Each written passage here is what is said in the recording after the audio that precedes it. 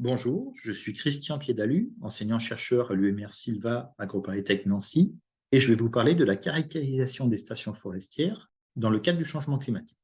Qu'est-ce qu'une station forestière?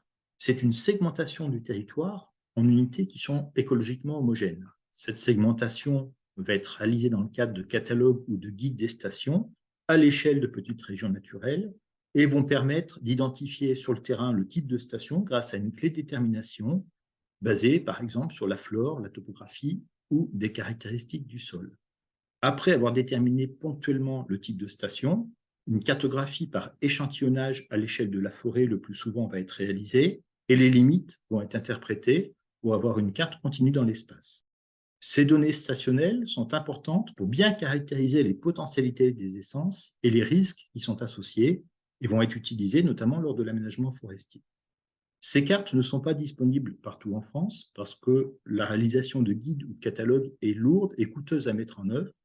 Les guides simplifiés ne sont pas partout disponibles et on aura principalement des cartographies de stations en forêt publique et très peu en forêt privée. Un autre problème lié à ces approches est lié à la prise en compte du climat qui n'est pas explicite dans ces outils. En plaine, le climat est supposé être constant à l'échelle de la petite région naturelle, et en montagne, le plus souvent, on aura une segmentation par tranche d'altitude ou d'exposition.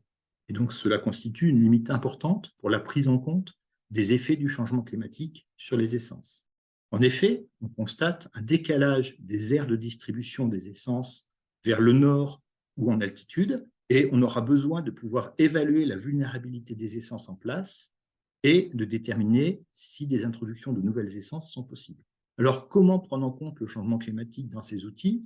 Soit en modulant les recommandations, donc par exemple à dire d'experts à partir de cartes traditionnelles des stations issues du terrain, où on pourra intégrer différents zonages climatiques à partir de cartes numériques, soit concernant le climat actuel et ventiler les préconisations en fonction de ce zonage, soit en fonction d'hypothèses d'évolution du climat dans le futur à partir des données centralisées par le GIEC. Une autre solution est d'élaborer des cartes prédictives.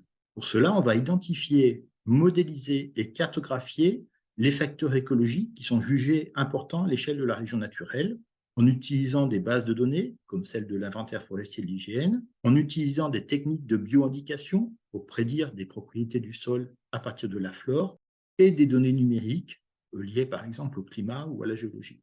Ainsi, on peut voir sur la carte en bas à droite une cartographie qui va combiner à la fois le pH du sol, sa réserve en eau et le niveau d'hydromorphie.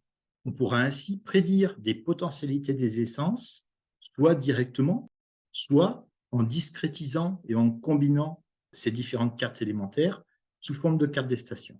Les cartes numériques des stations permettent de cartographier à large emprise, à fine résolution spatiale et à faible coût les types de stations, tout en intégrant explicitement à la fois le climat et ses évolutions futures. De plus, elles sont compatibles avec des cartes numériques qui vont décrire les potentialités des essences telles la distribution, la croissance ou la vulnérabilité. Cependant, la cartographie de terrain est toujours nécessaire. Elle permet de vérifier et de corriger ces cartes. En effet, il peut y avoir des unités qui sont mal perçues, qui sont oubliées. Il peut y avoir également des erreurs de prédiction. Donc, ces cartes numériques ne sont pas directement utilisables.